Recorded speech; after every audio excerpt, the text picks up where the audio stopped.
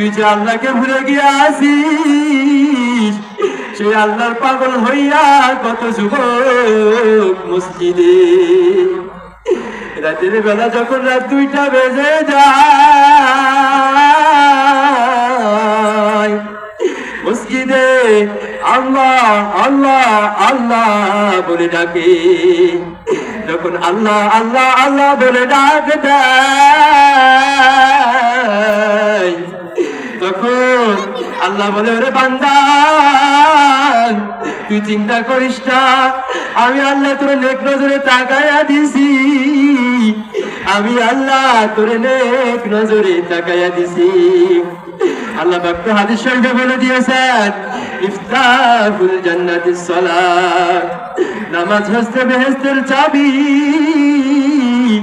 দুনিয়ার মধ্যে যেমন একটা ঘরে তালা মাইরা বাহিরে চলে যাও, সুদূরে চলে যাও, যখন বাড়িতে আসো,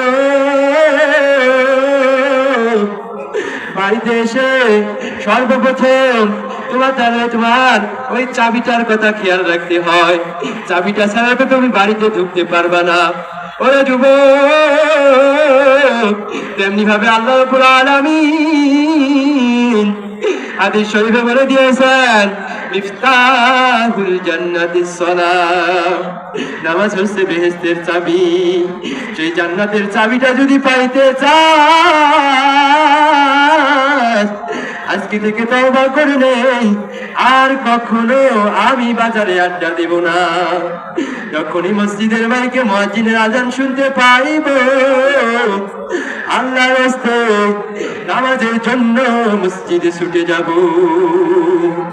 আজকে আমিনা তৈয়বা মাদ্রাসা উপলক্ষে মাহফিল, এই মাহফিল ততক্ষণ পর্যন্ত সাফল্যতা আনবে যতক্ষণ পর্যন্ত ওয়াজ শুনবি, ওয়াজ শুনে নিজের দিলের মধ্যে কাটিয়ে দিবি।